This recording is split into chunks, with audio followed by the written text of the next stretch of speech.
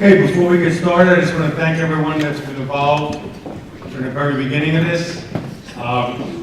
First of all, I want to thank the planning committee of the five, basically the five communities got together over the past, I guess, month and a half. Of course, starting with Uniondale, thanks to East Meadow, of course. East Meadow, Hempstead, Garden City, Westbury, and Salisbury. I knew about it. Who's else here too? That's right. Who's here too? And Carl Place. And Carl. It keeps growing. Well, it keeps growing. This is awesome, right? Okay. Also want to. Who else is here? Okay.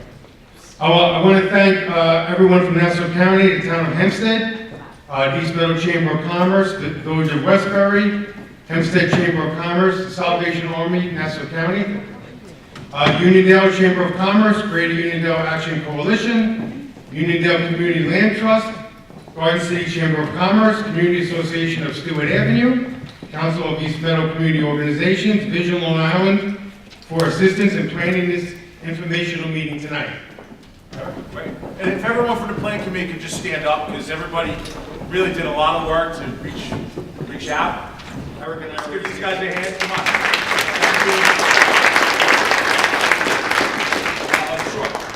My name is Eric Alexander, Director of Vision Long Island. Some of you guys know us. We've been working for 20 years to get community voices into the planning process on major developments and small downtown developments.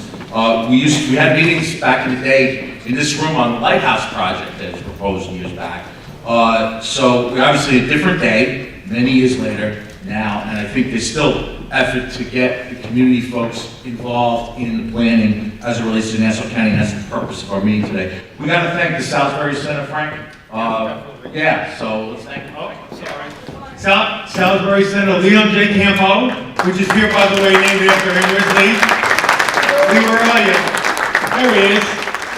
And the East Meadow School District for letting us commandeer their building tonight. So what we wanted to do today, on your agenda, is basically a statement that we wrote together, which was, to inform the local community, small businesses, property owners of updated proposals, not hard plans yet, for the Nassau Hub for the 5 surrounding communities that Frank just mentioned: East Meadow, Salisbury, Garden City, Hempstead, Roosevelt, Westbury, Carl Place, and Uniondale. The meeting is not intended to express support or opposition to plans, but simply open a dialogue with key local leaders. There was a couple hearings in the county had in reference to, we'll hear all about the development agreement with developer RXR that's involved in moving forward the hub proposal. And there were a lot of folks from around the region, but there weren't as many community folks there. Uniondale was out, a couple people from Hempstead, a couple people in the local community, but there was not really the kind of community participation that we used to see. So we called some folks and we realized that a lot of folks didn't know yet. So we said, let's get a meeting of local leaders to bring it up to speed. Everybody said, over the holiday, nobody's going to come. I don't know, maybe push it off. And folks came, and that's what's real exciting. So I just wanted to say that. So I'm going to turn it back to Frank to get the elected officials going, and we'll get on with our presentation. Frank, back to you. Okay.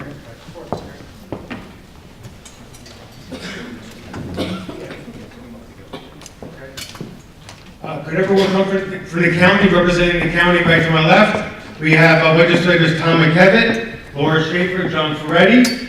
We have Sean Sowie from the Nassau County Planner's Office, and Evelyn Tismis from the Nassau County Office of Economic Development. So you guys come up, I guess, one at a time, or what? Just the 3 legislators. Want to come up and say? Tom hates to talk, real no. Also, I just want to go and thank Eric and Frank for just trying to get this forum together tonight. And obviously, what we're going to be doing is listening for a good period of time. We're waiting for the developers to go and bring forth the plan, but certainly we'll only hear your input on what you'd like to see in the development and the progress of this plan. Obviously, the law has large parts of Nassau County, so it's very important we get this development right. So again, we're here to listen to your input, see what we come up with, and hopefully have a plan which will be good for everyone for generations. Thank you. Good evening, everyone. So my district, I have 3 groups here, Westbury, Carl Place, and Garden City, that all are around the proposed hub. And I know that this is something that in the legislature we've been keeping a close eye on the whole process, but I think that nothing is complete unless we have the consensus of all the communities that are surrounding the project, because it will impact us all. You know, like it or not, we need to have voices heard, and that's what we're here to do tonight. And I thank Vision Long Island and everybody else who was part of bringing this together tonight. Thank you. Just to echo my colleagues' sentiments, you know, thank you, Frank and Allison. Of course, I want to thank Norma Gonzalez for everything she's done for our community here in Southbury and East Meadow. We have a great opportunity here to develop the land at the hub, and we have to make sure that we do it in a way that will benefit all of Nassau County, and that's why I'm so impressed today that we have so many community leaders in this room. That's how we're going to do it, with community involvement and participation. So I thank each and every one of you for being here, and I look forward to a great Nassau hub. Thank you. Thank you, John. All right, so the county certainly is planning in coordination with the developer, but the town has the land use, and they have a process they have to follow. But we have here the senior councilwoman and councilwoman for a large area in the hub area. Councilwoman Dorothy Gooseby, please join us. Good evening, everyone, and thank you for coming. Tonight is a very important step that we all need to take together to bring economic development and growth to the surrounding areas. And I have Hempstead, Roosevelt, Uniondale, and I think that's about all I have here tonight, but everybody else together. So I think we all have all of the communities that are involved in it. And consistent communication, that's what we want. We want you to be, it's ours, you all have to be a part of it. And we need to work together. That's the only way we're going to get this done. And it's important for each and every person, every portion of the people who are involved in it. So thank you for coming, and God bless us all.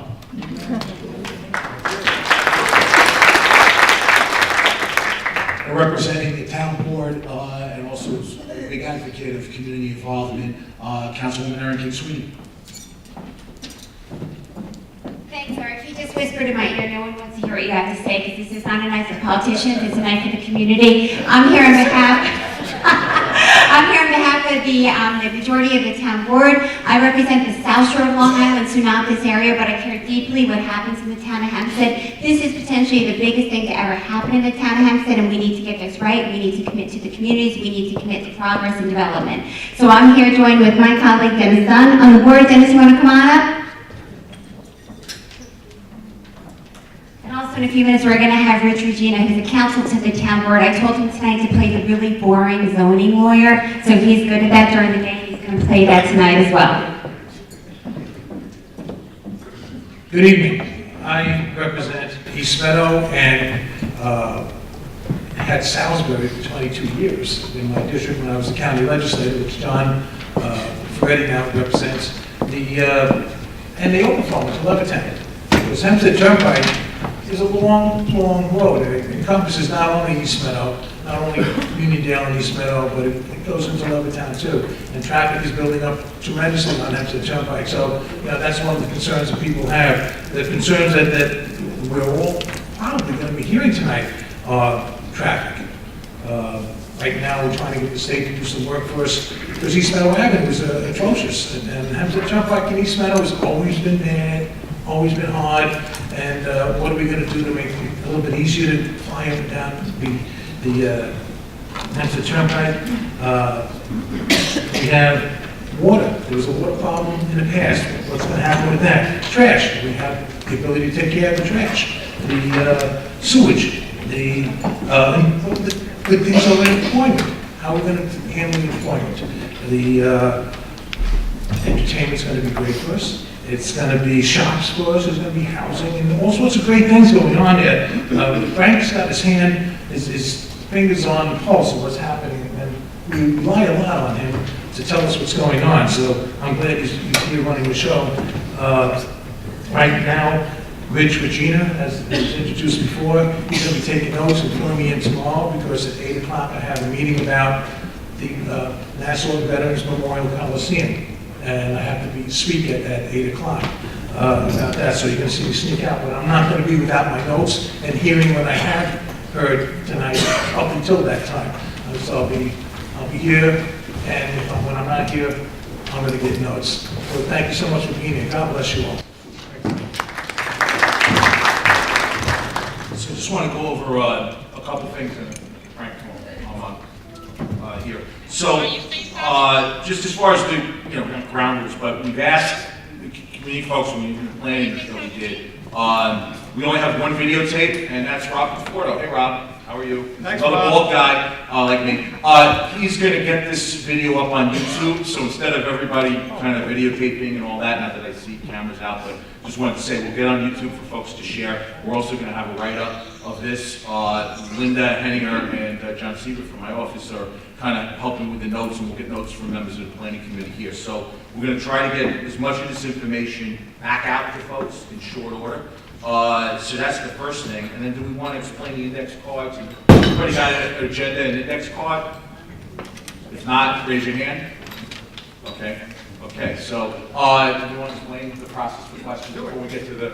So what we wanted to do, just so we don't have kind of statements and speeches and get out in a rational time frame, we have 5 members, a person or 2 from each community on the planning committee are going to grab cards, and we're going to kind of sort them by community. So I'm looking at Janine, she knows Maynard from Unionville. She's like, yep, we're going to do this. So Janine and Paul, for example, from Unionville, they'll have the Unionville questions as collected. And we'll get a Unionville question, we'll get an East Meadow question, we'll get a Westbury question, we'll get a Garden City question. We'll try to take as many questions as we can. And the ones that we can't get to, we're going to log up, and John will be working that flip chart, and questions that can't be answered tonight.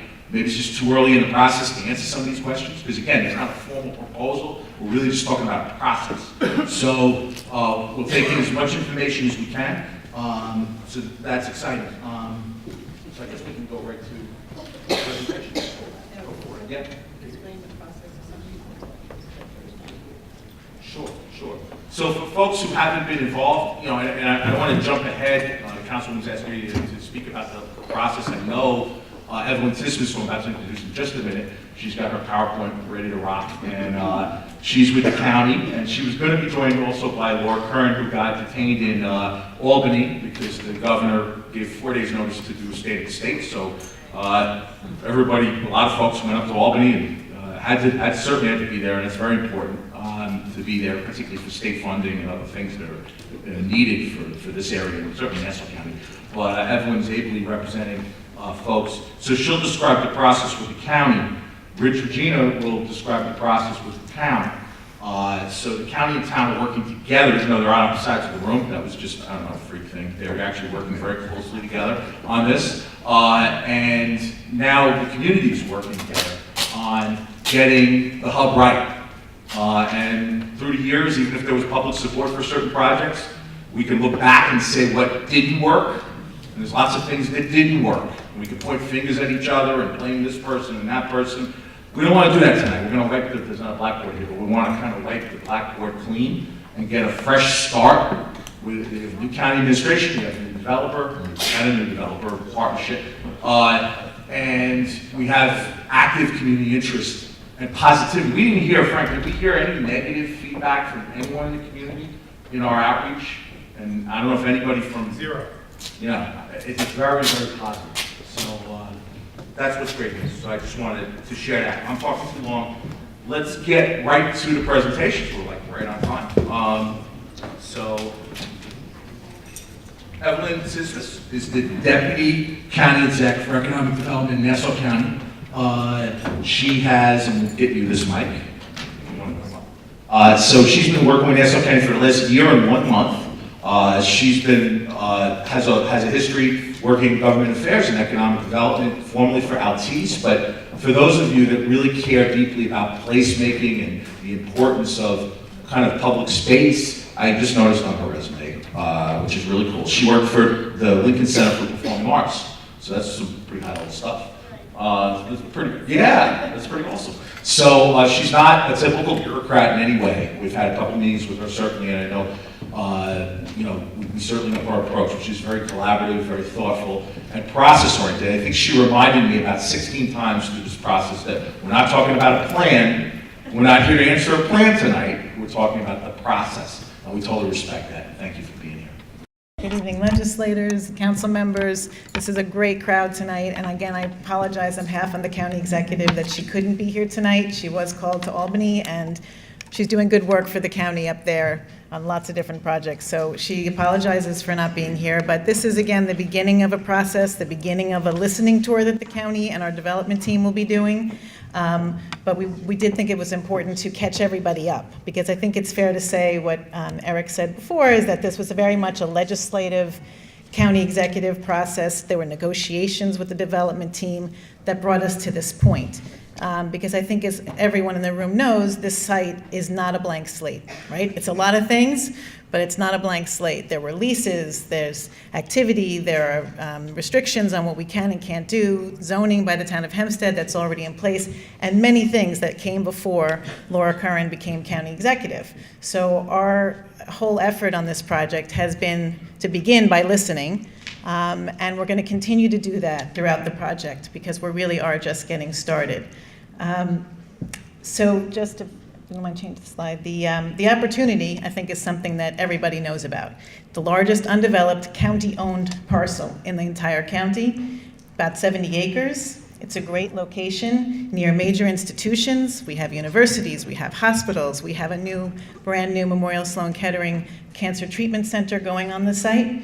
And there's existing commitments in place to bring funding to the site for structured parking, which is a really key piece of building anything. You have to get the cars off the site. If we have structured parking, we get money from the state of New York, and that's contingent on bringing in the right kind of tenants. It has to be something in life sciences or high income. It has to be the right development. So we can't just put in retail. We can't just put in restaurants near the Coliseum and get the state money for the parking. So there's a lot of pieces in place that brought us to this stage.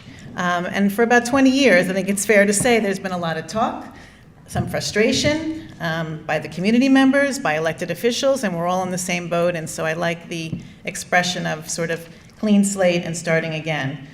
We think this time is going to be different. And the reason we think it's going to be different is because of the process that's been put in place by the legislature and the county executive and the development team. So let me talk about that process. Essentially, we have a framework for action. Last week, the county executive signed a development plan agreement. We'll call it the DPA for tonight.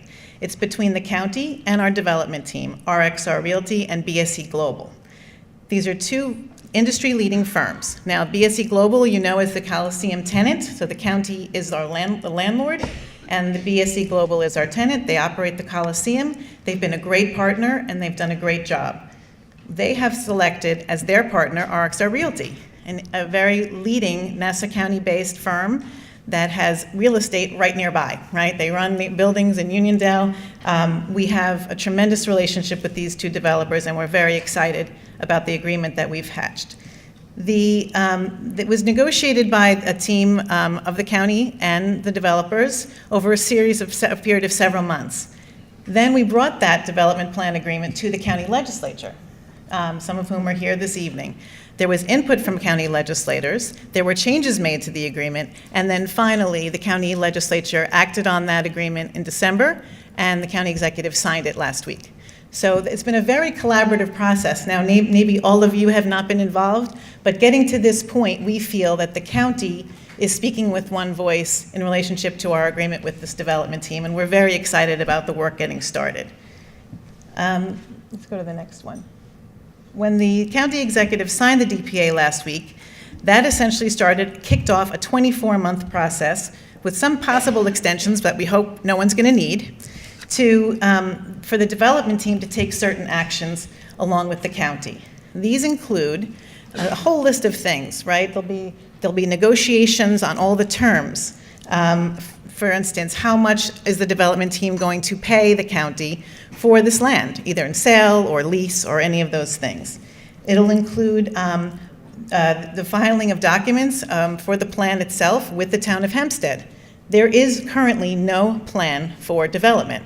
There's nothing approved, there's nothing even that has been submitted. You've probably seen some pictures that have appeared in Newsday of the types of things that are going to be developed there, and all of that is within the Town of Hempstead zoning. So the development team is going to be working on those plans, and that's going to be involving many of you. There's also going to be the development of a community benefits package. Okay, this is sort of unheard of in a county development plan agreement, which will be prepared by a community advisory board that will be named by members of the legislature and and the town council. We'll get to that in a minute. And the development team will also be applying for the state funding I mentioned earlier. All agreements, every single one of them, whether it's a lease, the community benefits plan, the filing for the state, all of that has to come back to the county legislature. So again, this is going to take time. We're talking about a 24-month process, and we're just getting started as of last week. But let's talk about the plan a little bit, just because everybody's interested, what are we going to build and when? This is strictly conceptual. The picture that you saw in Newsday or have heard about, it's a conceptual plan at this point. It's not even a conceptual plan ready to file. It's just some ideas based on a vision that has been developing for quite a few years of a live, work, play district, essentially a place where people will want to come. There'll be some housing up to 500 units, which is allowed by the town zoning. People will live there. They will come hopefully for some entertainment, some place to eat, something before an activity at the Coliseum, and we will also have office space. There'll be, again, a focus on commercial office space with an eye towards sort of life sciences. You may have read that the development team is starting to work with Northwell Health on a possible plan to bring some jobs and activity to the site in the form of an innovation center. Again, very, very, very preliminary, nothing in stone, and all of which will be developed over the coming 24-month period. If they're finished next week, we'd be very happy about that, but we don't expect it. And again, just to repeat myself, all of it will be consistent with the town zoning, which does allow for mixed use, a variety of different housing stocks, but only up to 500 units, and the open green spaces, walkable streets, and all of that type of activity that we really want to create a very exciting, dynamic place that people will want to come, stay, live, work, and we're really excited about what we see next in terms of the planning. The development plan agreement calls for a very collaborative process. Again, I will repeat that I think this is really unheard of in the county process before, where there's essentially an agreement that's been passed by the legislature that calls for the involvement of community stakeholders. There's going to be the establishment of a community advisory committee that will be involved in the crafting of a benefits plan. Now, the plan, there is a target in the development plan agreement that was passed by the legislature of $1 in benefit per square foot of development per year. So for instance, again, this is just illustrative. If there was 2 million square feet of development, that would translate into into $2 million per year over a 30-year lease of some of the space. It might be $60 million in community benefit. But I'm just giving this to you as an illustration because the details of the community benefits package will be developed by the community, by the representatives of the elected officials who are appointed to serve on the committee. So it's a very exciting development that we have that commitment from a major player like RXR and BSE to have a formula that will guide the community advisory board in setting the benefits package. The advisory, I should say, they did give some guidance in the development plan agreement about the types of programs, so there would be something for the school district, right? Obviously, if there's a school district impact, for the Uniondale School District in particular, we're looking to see some workforce development programs, we're looking to see some programs for veterans. Again, it's guidance, it's nothing set in stone, and everything will be developed collaboratively with the Community Advisory Committee. The committee will be set within the next few weeks to a month or so. We're hoping to have names presented to the county executive and the development team. And you can see the officials who have appointments. The Nassau County Executive, Minority Caucus of the Legislature, the Town of Hempstead Supervisor, the board, each have one appointment for their own office, plus they each have a representative from the community that will serve on this committee. And the developer also will have appointments to the committee. So these are the folks, and, you know, some of you may very well be chosen to serve on this committee that will be involved in the formulation of the benefits package. In the next slide, we just give you some sense of how this is going to work, right? We've checked off this first box, which was legislative approval of the development plan agreement. Then the team of BSC RXR are going to get started, and there's a lot of work to be done. They will be focused on the first phase of development. They're going to be working on those plans we discussed for exactly what will be built. They're going to present all of that to the town. The town will review it. There'll be seeker. There'll be, you know, sort of many steps ahead that will come from here. And as I mentioned, any agreements that are established to lease a particular acreage, to sell any acreage to the development team, all of that, including the community benefits package, comes back to the legislature. So we're really just getting started. We're very, very excited about it. County executive is thrilled to be at this point and have a process in place. And we'd love you to keep in touch, and we can try to answer some questions tonight. But I've left the websites both for how to get in touch with the county and also how to get in touch with the developers. Again, it'll be difficult for us to answer many specific questions about the development itself because there is no plan at this point about how much square footage of X, Y, Z that we can really get into, or any specifics about the plan for the site. So I don't know if you want to do questions now or. We'll do them after. Okay. Thank you, Evelyn. Let's give her a hand. So we're clearly at the ground floor of this process, but it seems like it's moving, and it's positive, which is awesome. Before we get into the town's presentation, I just want to be clear, and where's Frank? Frank, so hold up those index cards. So everybody's got an index card. So what we ask you to do is write the name of your community in addition to your own name, and your question on the card, because we'll be collecting them, members of the planning committee who represent the different communities that helped organize this meeting. We'll be collecting questions, and they'll be asking them to the county folks and then also to the town. So just make sure on your card you're writing your community so we can sort these properly. So with that, I'm going to turn this over to Erin King-Sweeney. Back to you. Represent Rich. Introduce Rich. Yeah, thanks again, Eric. And also just to alleviate, first of all, thank you, Evelyn, that was awesome. And I've been in constant touch with the county executive throughout this process. Despite what you hear in the media at the federal level, the local level, we really are getting along. There really is a tremendous sense of bipartisanship, and I have my colleague here, Senior Councilwoman Dorothy Gooseby, on the town board, a proud Democrat, we're proud Republicans, and we're working together to make this happen at the hub.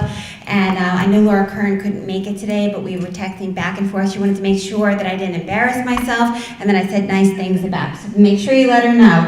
And likewise, I had the opportunity to meet with RXR recently, and they gave me a fully informed brief on their proposal, and I'm very grateful for that. So I feel that we're all rowing in the right direction with the community input. I really feel this thing is going to happen. So I have the honor of representing the smart guy in the town of Hempstead, who is Rich Regina. He's the counsel to the town board. He used to work for the Board of Zoning Appeals. He's a zoning lawyer by trade, and he really knows his stuff, and hopefully he doesn't put you to sleep tonight, because he'll tell you all the intricacies about zoning and answer any questions that you might have. Hi, everyone. As introduced, my name is Richard Regina. I am the counsel to the town board, Town of Hempstead, and I was formerly counsel to the zoning board of the Town of Hempstead. So I have some background and experience with zoning, and I'm going to give you a very succinct overview of the zoning process for the hub, which is technically located in what the Town of Hempstead calls the Mitchell Field Mixed Use Zone, affectionately referred to as MFM. If you go to the Town of Hempstead's website and you go to the Town of Hempstead, there'll be a link for the Town of Hempstead Building Zone Ordinance. The MFF zone is section 146.1. It's about 20 pages in the book, but all of the zoning criteria for the MFM zone is found there. So the very succinct overview is, in the MFF zone, any developer, applicant, begins with an application to the town board for approval of what the ordinance calls a conceptual master plan of the hub parcel, which is the MFM zone. The application at that point is more on the generic side than the specific side. For those of you who may have had any experience, it's not the kind of paperwork that gets into architectural drawings or anything like that. It shows the general square footage of new proposed sites on the parcel, as well as existing sites that have already been built. It shows how the parking would generally be configured. It will also, at that point, show as much compliance as the developer thinks is appropriate at that point for things like the design review guidelines, which is found in the ordinance, and other layout and other setback requirements, and what uses would be where on the, what we call the conceptual master plan. Jackie, next one? Okay. So once that application is received, the board circulates the conceptual master plan application to our buildings department for the zoning analysis under that section 146.1, and the town would also retain an outside consultant to advise us on SECRA review. SECRA is an acronym for State Environmental Quality Review Act.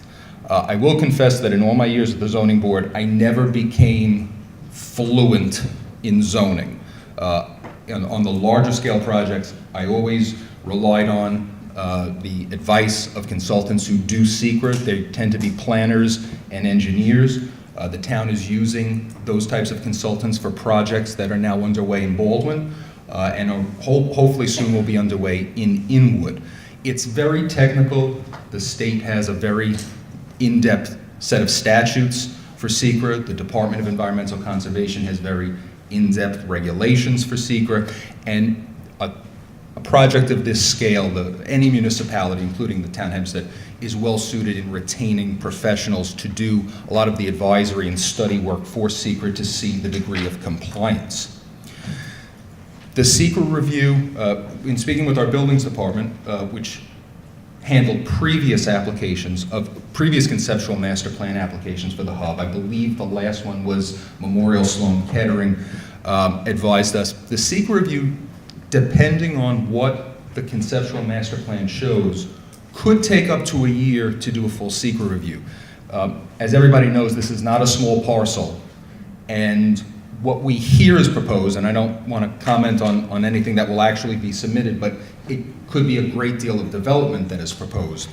And for something like SECRA, we approach it in a very neutral way, not trying to push more or stop anything, really trying to get a fair analysis of how does this project measure up to things that the state says you have to consider in a SECRA review. Go to the third one, Jackie. What was that? Oh, thank you, I'm sorry. The buildings department will ultimately, and our SECRA consultant will ultimately advise the town board on the degree of zoning compliance and non-compliance. So let me say that. Many of you may be either in your own personal life or dealing perhaps with people in the community or clients. We're familiar, well, if I filed an application in a buildings department, whether at the town or maybe in a village, and I didn't comply with the zoning ordinance, they sent me to the zoning board to get a variance. The MFM zone, and specifically you would see this in 146.1Q, the town board retained much jurisdiction to dispense with some of the requirements of the MFM zone if they felt it was worthy to dispense with them. And the reason it legislated this 8 years ago was to try to streamline the process, take out another substantial step in the process. Variances have to be granted on criteria set by the state, but when a municipality retains the authority to dispense with some of its zoning, that becomes a little bit more of a legislative act, and there can be a little bit more of a deference. It can make the process more efficient. So the buildings department would advise us, you know, after going through, as I said, it's about 20 pages in the book of zoning. These are where they're compliant, these are where they're not. And we're advising you, town board, you should be aware of that. And in that buildings department review, there will be a lot of back and forth. The applicant, as I said, will file his first round of paperwork, but the buildings department will be interacting with the applicant over what will be a several-month process. Well, we want a little more detail on this. This needs to be a little clearer for us at this point. And we fully expect the applicant, as was true in the MSK application, is willing to give that, as the buildings department says, we need a little more to have a better picture of what's going on. And also, as I said, the outside consultant, hopefully, probably around the same time, will make, and again, I'll keep it very, very generic, will make a kind of a secret determination for the town board. This is the degree to which they comply. But again, if the consultants advise us the application that we have is substantially deviating, and this is where the buildings department and our consultant kind of work together. If the application that ultimately comes in substantially differs from what the zone permits, our consultants may advise us we might be talking about a whole new environmental impact study for this application, that it doesn't really match the SECRA approvals that were given 8 years ago when this zone was previously approved. So those are big issues that will have to be answered and addressed for the town. And as I said, the town board does retain authority to dispense with some of the requirements of the MFM zone. The town board also retains the authority to, if they are of a mind to approve it with conditions, meaning that even if any applicant comes to the board and our buildings department and consultant says, you know, there's 99%, 100% compliance with the zoning requirements, the town board retains authority to impose certain conditions on it, despite being fully zoning compliant. So any applicant, and I'm sure these applicants as well and their advisors are aware of that. Next one, Jack? Okay, so the fourth step. At that point, there would be a hearing in which the town board approves or disapproves of this conceptual master plan, and that approval could include with possibly dispensing some of the requirements of the zone. It could, and I would expect, imposing certain conditions on any ultimate approval. And that, again, that conceptual master plan approval can take up to a year. And we include that, when I said that the SECRA process can take a year, it's not meant to be separate years, that it's 2 years. It's really meant everything in conjunction. It could be about a 12-month process, depending on the scale of the application, depending on the scale of detail that the department gets as it's doing its review. And then the last slide we have is, so if an applicant gets its conceptual master plan approval by the town board, they then get to the point where then they're filing building permit applications for the actual structures and uses that they were showing on their hopefully approved master site plan, conceptual master plan. And at that point, our buildings department says, now you have to give us all the details, full architectural drawings. It's something that any developer in a process like this will definitely do in phases. And when the buildings department has those applications, they will then begin doing what we in the town call 305 site plan approval process. Documents that the State Department of Transportation has to see, they're sent copies of it. Utilities, water, the county DPW, and also town agencies, town engineering, town highways, the town buildings department, which does fire prevention and building code for the state fire prevention and building code. All of that is now done in a very, very particularized manner, because you can't ultimately get a building permit until all of these agencies, and we know all of these regulations have been complied with. And that process, so if it's up to a year to get conceptual master plan approval, it can take several months to get to the point of getting 305 site plan approval, where you're ultimately given your building permit. I hope I haven't confused you. Some of these terms, some of these words are used repeatedly in different ways in zoning, but that's kind of it in a nutshell. And again, what I would encourage anybody is to go to the building zone ordinance web page on the town website. It's 146.1. It was adopted in 2011. It's a public document for everyone to see, and we sure the developers and their advisors have looked at it, and it outlines basically what I've said and gets more into detail on what can happen at that property.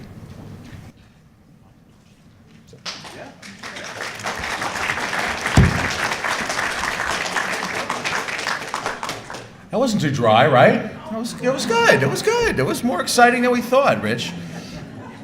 No, we have two very substantive presentations from two levels of government that are working together, despite their opposite ends of the room here. They actually are working together, which is pretty awesome. So let's give them both a hand, the county and the town, for their leadership in this. We've never seen this type of collaboration before in past plans. We do also have today, and they're not giving a presentation, we may get to them later, but we do want to call up just to introduce themselves. David Garden from RXR and Rebecca DeLaura, who are the representatives of RXR, staff and developers working diligently on this plan. So come on up, guys. Say hello.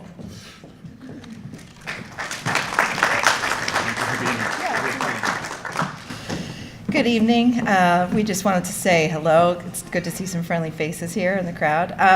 So I'm Rebecca DeLoya. I work for RXR Realty, and I'll be leading the planning and design efforts. So a lot of the things that you heard tonight, particularly from Evelyn, bring what I think we want to make sure everyone understands is that the plan and even some of the numbers and the ideas of what we're going to try to put on the site are very conceptual, and it's the start of our process. And really what we look forward to doing over these coming months is getting feedback from the communities and really hearing what you are hoping to see at this site so that we can develop a plan together. So thank you. We're looking forward to hearing the questions, and I'm sure we'll be in touch and with some smaller meetings and reaching out in the future. Yeah, thank you all for coming. Thank you to the county. Evelyn, great job. Thank you to the town. We do not have a 5-step presentation. Rich, to be honest, I was hoping for maybe 6, 7, and 8. I was let down that we didn't have that as part of the zoning presentation. But thank you all for coming. We look forward to having, we actually view this as one of many meetings because this is going to be a very collaborative, iterative process. RXR, we take great pride in not only being a successful company, but the communities where we operate also need to be successful. So we look forward to working with all of you. Thank you for having us. Eric, thank you for Vision Long Island for your show and for leading this, organizing this effort, and we look forward to having more conversations. Thank you.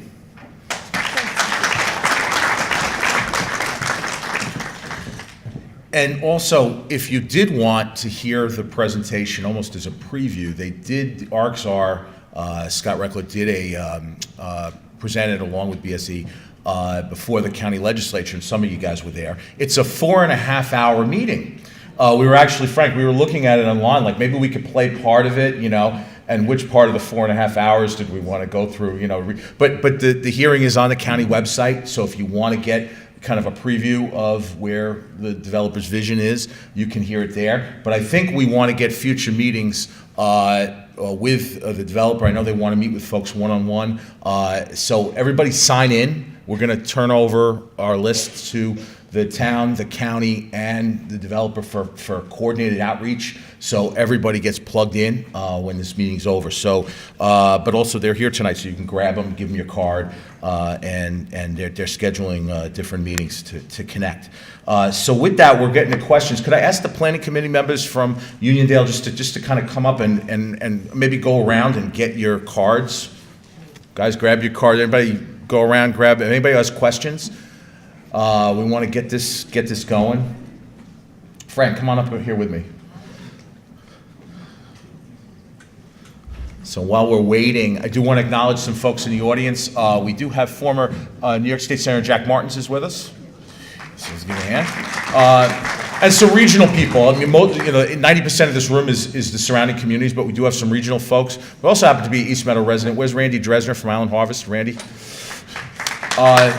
African American Chamber of Commerce, Lionel Chitty, also happens to be on the Vision Long Island board. Angel Cepeda, Hispanic Chamber of Commerce. Where's Angel? All right, he's in the house. Nassau Council of Chambers of Commerce, Francesca Carlo. Francesca, how are you? Shop local. Everybody shop local. That's like Francesca's mantra. We know this. So, yes, and we have a lot of different local chambers. Yeah. No. We great. So we're starting to get questions. We have a Uniondale question. We're going to try to get to every community and just keep going. So, thank you. The first and biggest question that I'm seeing is about the identity of the hub, including what zip code is going to be used for the hub, and how will it be identified in GPS, and how will we ensure that it is clearly stated that Old Mitchell Field is in Uniondale. So the identity issues of the hub in Uniondale. Okay. All right, so identity of the hub in Uniondale. Okay. Is what? Is Old Mitchell Field in there? Yeah. Is Old Mitchell Field, you sure? Just like all of Eisenhower Park's in East Meadow, right? So does the county or the town, here's the thing, some questions may not be able to be answered tonight. So what we're doing is we're gonna log these questions, we got them also on video, and we have these cards too. So if the county or town do not want to tackle this, we can move on to the next question, maybe from the next community. So do we have, I've got one here for Westbury. Do we have other questions coming? All right, so, no one wants to tackle that one. All right, this is from Carl Place actually. Do you plan to address the additional traffic that will be moving through Carl Place? That's from Larry from Ziano from the Carl Place Board of Education. So it's a traffic issue as it relates regionally. Rich, you want that? Take it. A very brief answer to that is yes. That is part of the secret review. That would be part of what the town's approval process would require. Our secret consultants would do the traffic analyses and assessments that you do and determine the degree of impact of the increased traffic based on the build-out that the developer shows. Our secret consultants would advise us how it could possibly be mitigated, and so the answer is yes. Oh, we got other questions. It's, East Meadow. Where's our East Meadow people? Here. All right, here we go. So you're up next.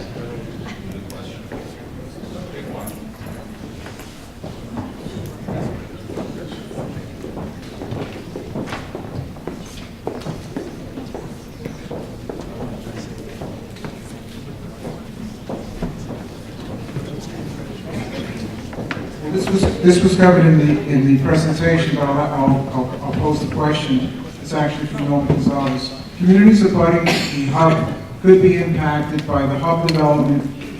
One of the developers consistently. Considering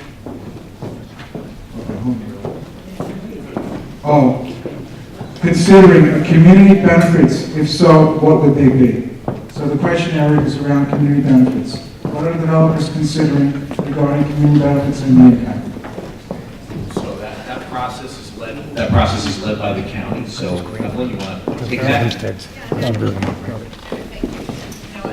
think that, as I said before, it's highly, I think, unusual and maybe even monumental that the development plan agreement at this early stage has a developer with significant resources committing to a package, right? Usually you set the impact on the community is determined first, which is what's going to happen here.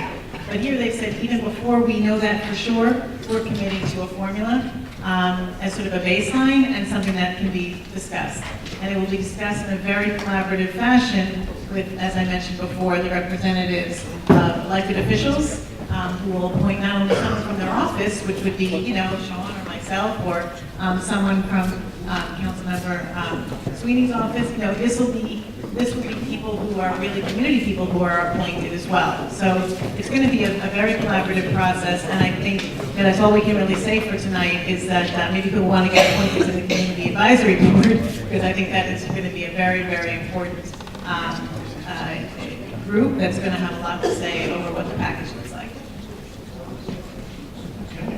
Thank you. I think we got a Hempstead question. Dennis Jones from Hempstead Channel.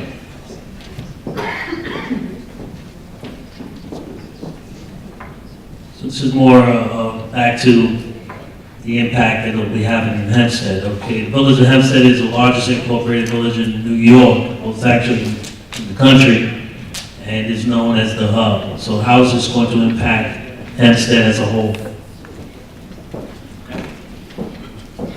Does anyone want to tackle the regional impact? Rich, back to you. Secret question, really.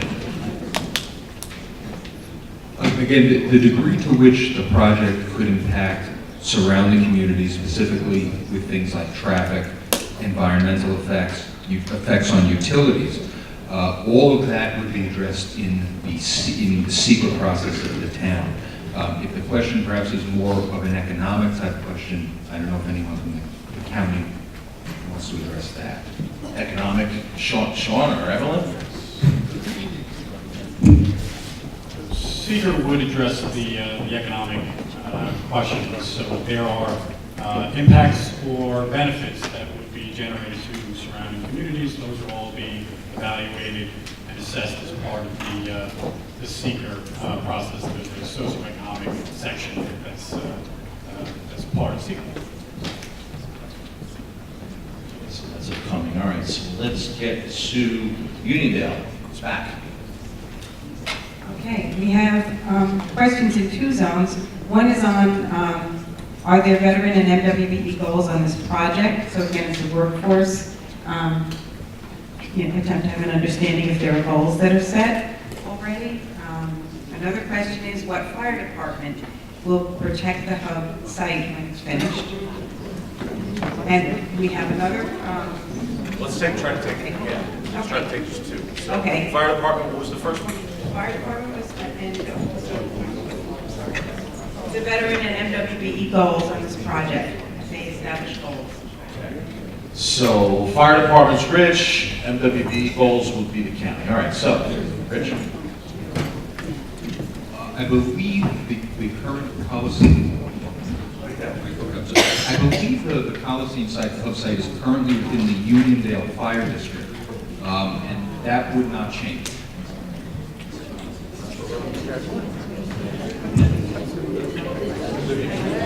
So on the question of MWBE goals, at this point, there are not goals set. Typically, those are set when you know what you're building. I mean, look, a lot of what we put in the development plan agreement would be typically done later in the process, when you know what you're building. We don't know what is being built yet, so we have not set the MWBE goals.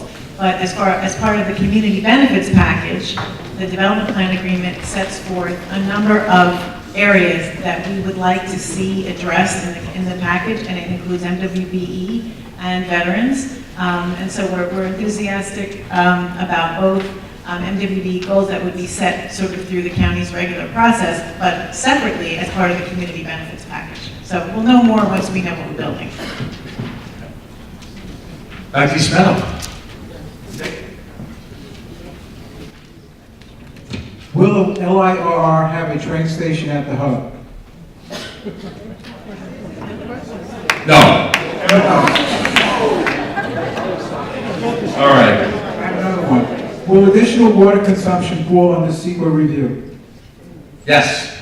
All right, so we can move through these kind of a little quicker here. Yes, they will. All right, so let's get to Westbury. Does Covanta at this point have sufficient capacity to handle all the new garbage? The last thing we want is an expanded plant.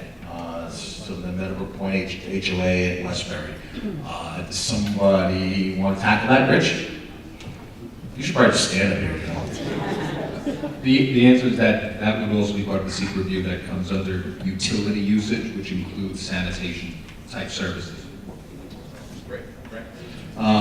We need a Hempstead. Hempstead's in the house. Let's go back. So the elephant in the room is saying, is there going to be taxes going up? So town taxes, county taxes. So, I mean, typically, I'm just going to step in and say that typically development doesn't lead to taxes going up. It actually it brings more dollars into the tax base in multiple communities. Particularly with the mix of commercial that'll be in this and the multifamily residential, which doesn't bring much as far as school kids. So I would definitely say that myself, but someone formally should answer that. Councilwoman Erica Sweeney. For formally answer it, but I can tell you the goal here is to lower taxes. The town of Hempstead, we just reduced your taxes by 4%, and we don't feel that is a one-off thing going forward. That is our goal. So whether it's development of the hub or development in my sweet spot of Baldwin, we're trying to bring development to the town of Hempstead, and that will result, hopefully, down the line in lower taxes. So we got Hempstead, are we back top of the order with Uniondale? I think we are. Top of the order.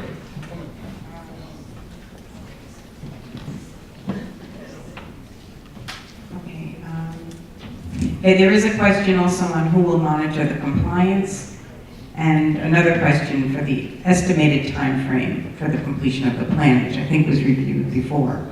But some people are new to this process, so I'd like to... Compliance of what? The compliance of the community benefit agreement?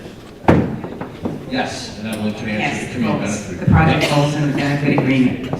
Yeah, I can just say that the development plan agreement does call for a monitor to oversee the community benefits package. So, well, let me back up. Community benefits package gets set by a committee, then that plan or package gets turned into an agreement that gets approved by the legislature. So again, there's like another level of somebody watching, and then there's the appointment of a monitor to oversee the distribution of the funds.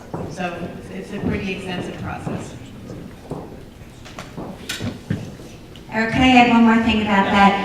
Also in the town of Hempstead, we had announced the passage of a compliance officer, and we'll be rolling out the selection of the compliance officer at our next town board meeting. So we are also going to have an eagle eye on to make sure that everything is done properly in the town.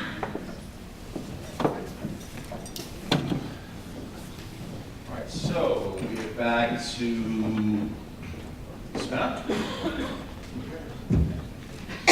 Sorry, spinning around here. Do two.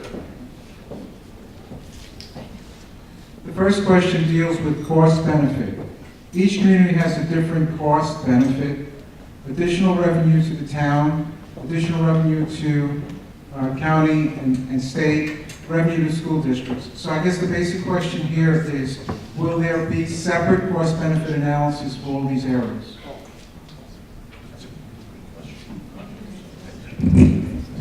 That's a good question. Someone want to tackle that one.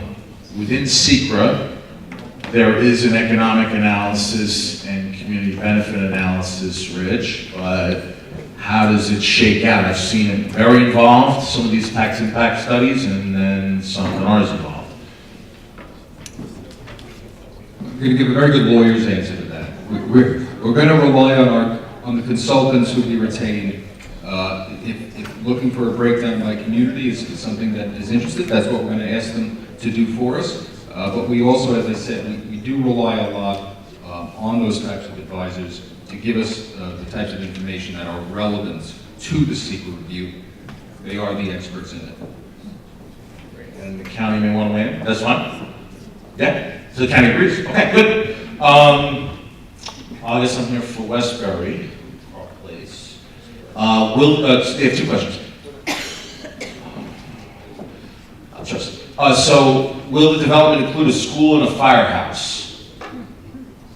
I don't think we know because the proposal's not come forward yet, right? Yes, premature question. Is a community land trust being considered?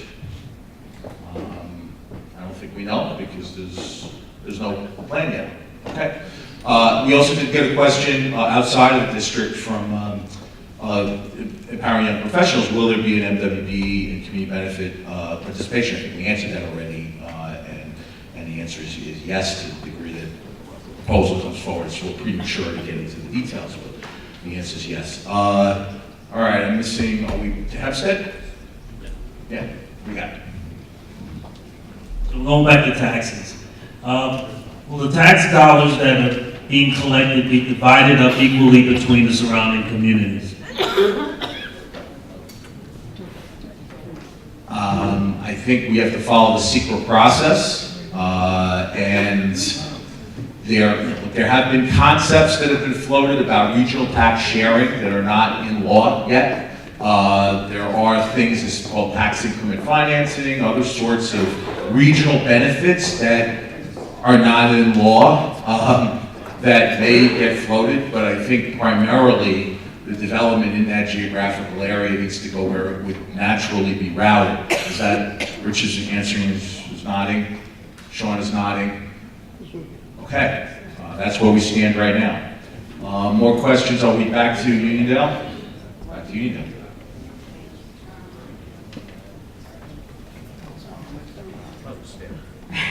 Does the tax structure change if the space is leased or owned by Nassau County, and how? And along with that is, will those jobs be civil service jobs? So I guess it also pertains to the county's position. So if they're, it's a jobs question. If it's a government facility, they could be civil service jobs or not. They could be appointed if it's a government, if there's a government role or county role, and they'd be generally tax exempt if it's a municipal building of some form, correct? But we don't know yet because there's no plan, so we don't have the ability, no one has the ability to say what specifically is going where. And it's a premature question, but it's a good question to log because it's the type of thing folks are going to want to ask. And your second question was? The tax structure is different if the space is not supported. Okay, if the taxes, if it's leased or owned, The county places its property. right. Tax question. Does anybody want to tackle that one? Premature? It'd be a, what is that? Doesn't matter, it'd still be taxable, yeah. Right.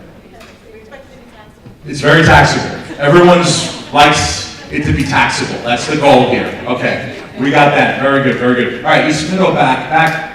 You guys can just stand up here with your cars. The entire project is based upon the Coliseum. Where will the Coliseum be if Belmont has an arena? Well, there we go. All right. Who wants to handle that one?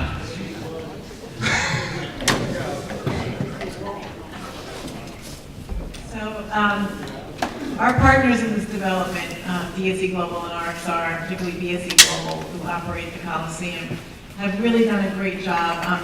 The legislators who were here with us got to see a presentation that the management of BSE put together, and they showed it to the legislature about the effort that's been made to make the Coliseum successful.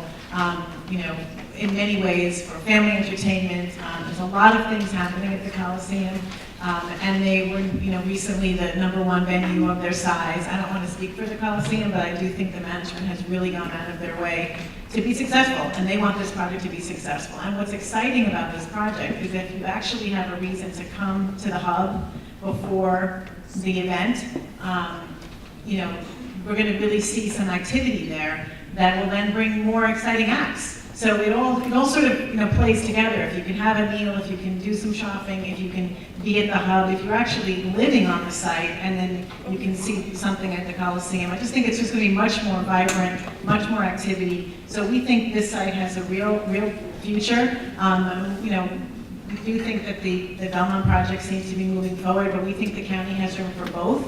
And the way acts are both, actually, as a last thing, is there's a tie-in between the Coliseum and Barclays versus Belmont and the Garden, and there's a lot of activity that goes on. So we think there's plenty of activity, plenty of room for both venues, and we're excited to see what happens next. And I just want to say something. It's an editorial comment here, but the collaboration of folks coming in a positive way in this room in an early stage for the Nassau Hub is a radically different process than where Belmont is from a process perspective. Forget about what you want to see, whether you like it or not, or what have you.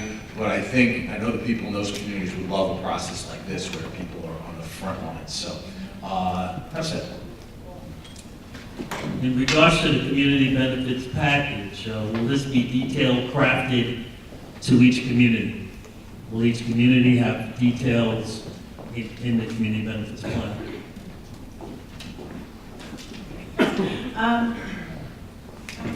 I think that the Community Advisory Board will decide You know, we'll have those discussions at meetings that some of you may be involved with, and it'll be determined sort of which communities first, right? Who's going to be impacted, how, in what ways, and so it'll be crafted individually. So I think, I'm not sure I understand the question, just to say that there will be parts of the package that may be across the board and affect everyone. There might be parts that, for instance, on the school district, if there were school district impacts, it would only be Uniondale.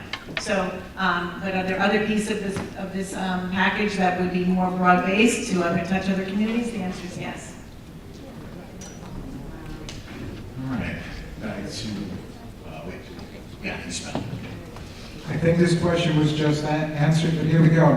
Where will the children that live in the housing attend school? Will the district be able to handle it? So I think the question clearly is Uniondale, whether the district can handle it or not, is a question that I think the secret process will coordinate with the school district, and there'll be finding statements back and forth. There'll be school district projections, and we don't want to get in the weeds on that one, but that's the process that's upcoming. All right, so I think back to Uniondale. Okay, so back to areas where we might all be stakeholders together. There's a transportation question. And so are other alternatives being considered to reduce the traffic congestion? And they're talking about the idle railroad track possibly being activated. We're not sure how far out the SECRA analysis will go in terms of distance to Old Country Road, to Call Place, covering these areas of other community and the conduits into that area. So, scope of the transportation, Rich? As I said, I wish I was fluent in secret. I'm not. Whatever the state laws and regulations are, we will be hiring a consultant to do all of that work. They'll go as far out as those laws and regs require us to go out.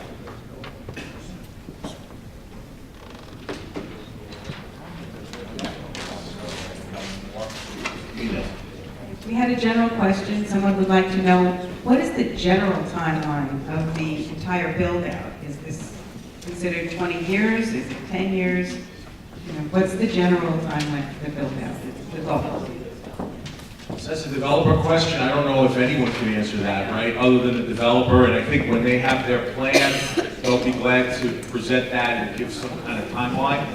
Rebecca's nodding yes.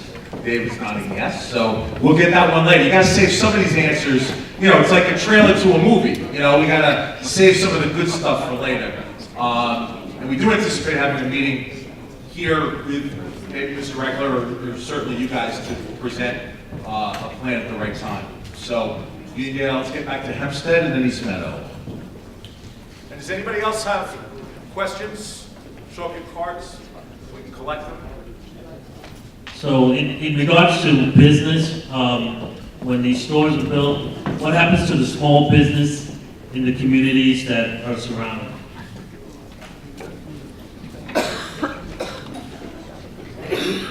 So this economic impact question to the small business community. I think that my understanding in working with a lot of developers around, they do want a symbiotic relationship between their development and the existing business base. So there has to be good communication and coordination. There's a lot of chambers here tonight. And I know the development team is here. I know the county's here. I know the town's here. And I think small business, and I see Francesca, I saw her, she maybe just ran out, but we have a lot of the chambers here tonight. Clearly, you want to communicate how you can cross-pollinate and work together on a plan that helps, lifts everybody up. That's the goal. I know that to everyone we've spoken to, and certainly developers. But again, it's too soon to we can't prejudge. Until we have a plan, we can't really get into the detail of what the mix is and such. But I know that's also part of the secret is local economic impact. So stay tuned. That's another one for future question. All right, so East Meadow.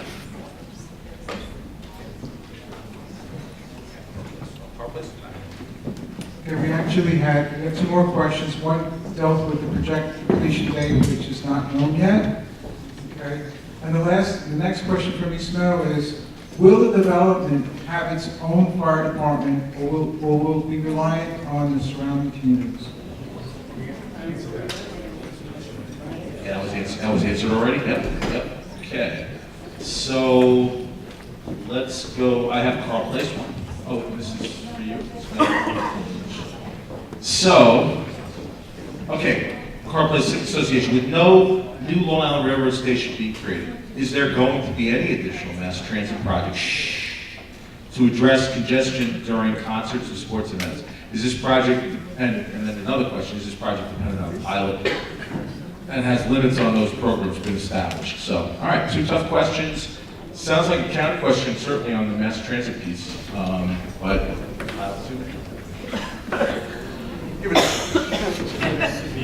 The county is looking forward to working with the developer on transportation solutions. As was mentioned, the secret process will identify the traffic impacts, intersections, and within the general area.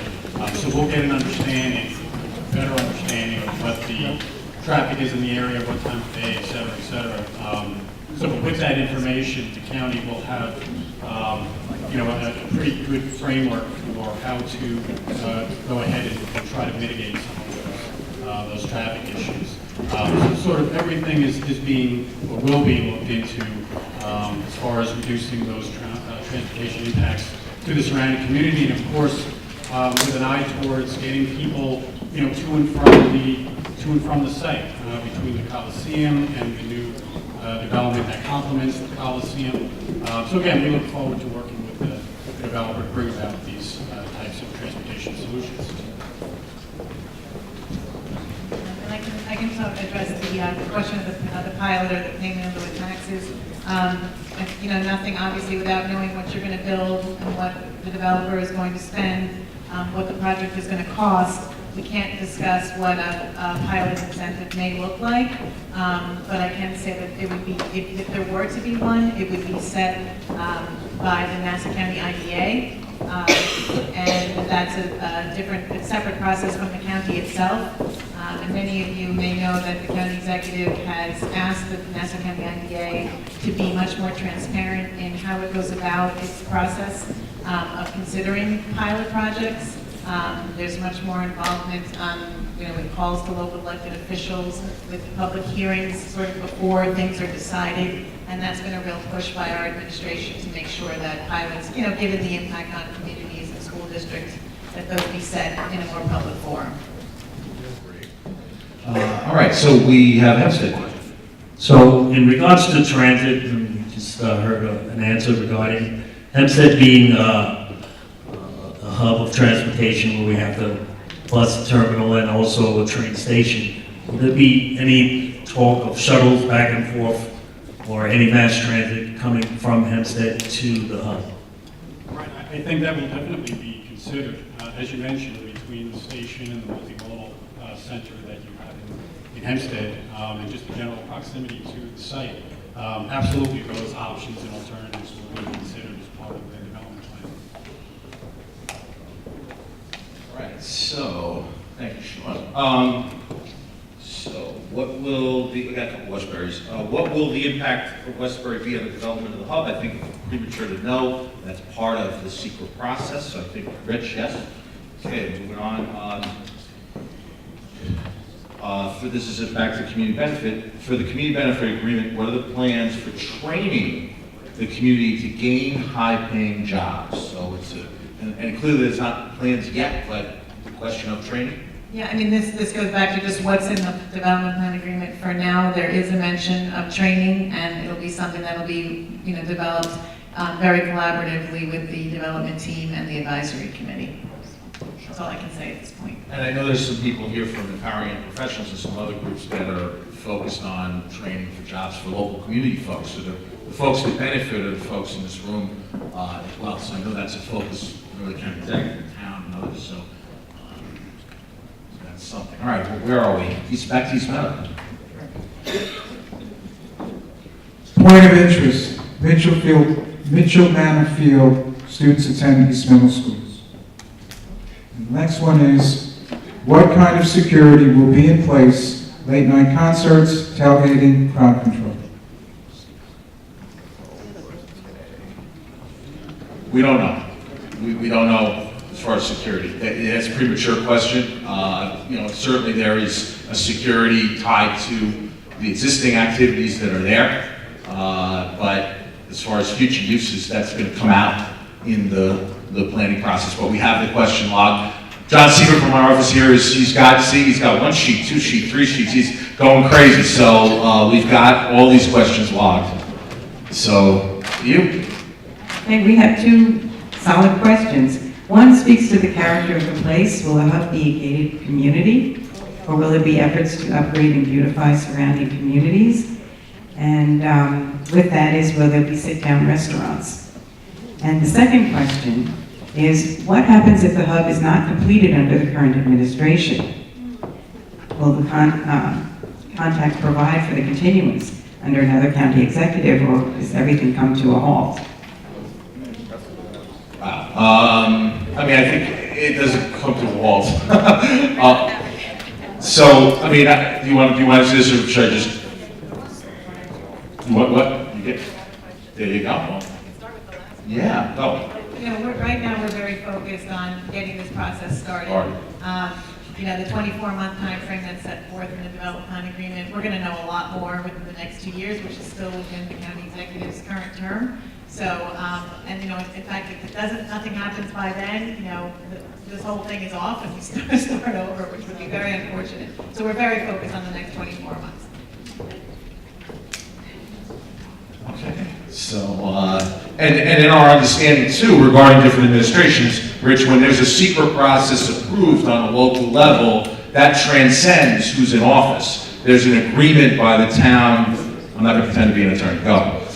So, the secret approval, the conceptual master plan approval, all of those survive changes on the board level and an applicant's ability to pull building permits, so long as those permit applications comply with what has previously been approved. Any more questions, guys? I think we got one more. Okay. Yeah, just tell us. Is the DPA available someplace for review? The development plan agreement is on the website. Yes? NassauCounty.gov.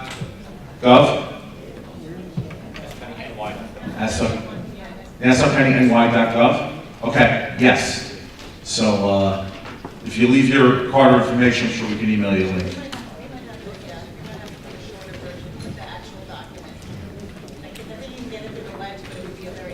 It's very big. Okay, email it to us, we can get it out or provide a link to follow up, so, great. Any more questions, guys? This is like, wow, rapid fire. It's like lightning rounds. Let's give everybody a hand for a really collaborative session.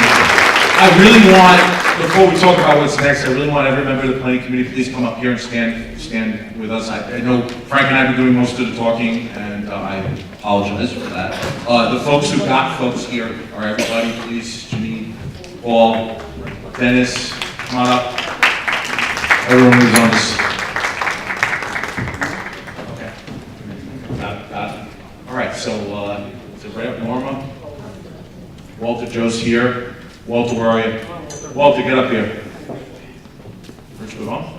Where's Rich Pavone? Oh, Mike Panagatos? Mike, get over here. I know it's a little East Meadow heavy, but hey, these are the guys who reached out to first, but that's all right. So, I know Garden City was plugged into this too, and some were able to make it here tonight, and they had some conflicts. So I'm going to leave this. I'm going to leave it to anybody here who wants to say kind of close out. But I know we agreed to 3 things. We agreed to write up what happened today, get pictures out, get a video link. Rob, do you get everything on video? He's thumbs up. All right. So we're going to get that on Facebook. We want everyone to share it. It's a good preliminary meeting. Number 1. Number 2. If you signed in and we have your email, we will be able to communicate future meetings that anybody has, that the county has, that the town has, that the developer has, and get the clearinghouse of information so that everybody's getting the same information. Because everybody knows, right? There's the social media group or person that at 2 in the morning is saying strange things. You know those people, right? They're in your community, and they say things that aren't true. And maybe they don't mean to do it. They might be under the influence of something. But the point is, you want to limit strange conversations and stick to the facts.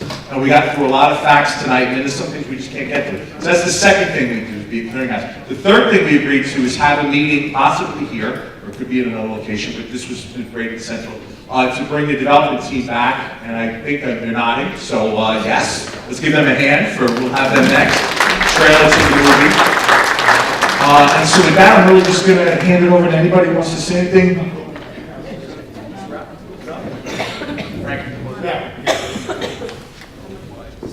Before we close this out, I'm going to say, unlike Eric, I'm somewhat of a layman. And this project, our project has been going on for like 6 weeks, a couple months, whatever. And I got the opportunity, as part of this planning of this meeting, we headed over, Eric and I headed over to the county together. We met with them. We headed over, we met with DSE and RXR. And everyone's been very gracious to us, spending a lot of time, especially with me, patient with me, explaining where they're coming from, and I learned a lot. And I just want to say, ask again, if we could give them all a round of applause for meeting with us tonight. And lastly, they took a lot of questions here. I want to thank Rich Regina from the town of Hempstead, Erin King Sweeney, who's really been on the front, and obviously Senior Councilwoman Doc Gooseby, who's been a leader in this for many years. And on the county side, we got Tom McKevitt, Laura Schaefer. Laura Schaefer helped with the outreach, thank you. And of course, Sean Sally, who's just a great planner, another bald guy like me, he's awesome. And Evelyn Sismus, who again, you knew you'd get questions today, but you answered them. Thank you, thank you, thank you. Let's give everybody a hand. We'll see you soon.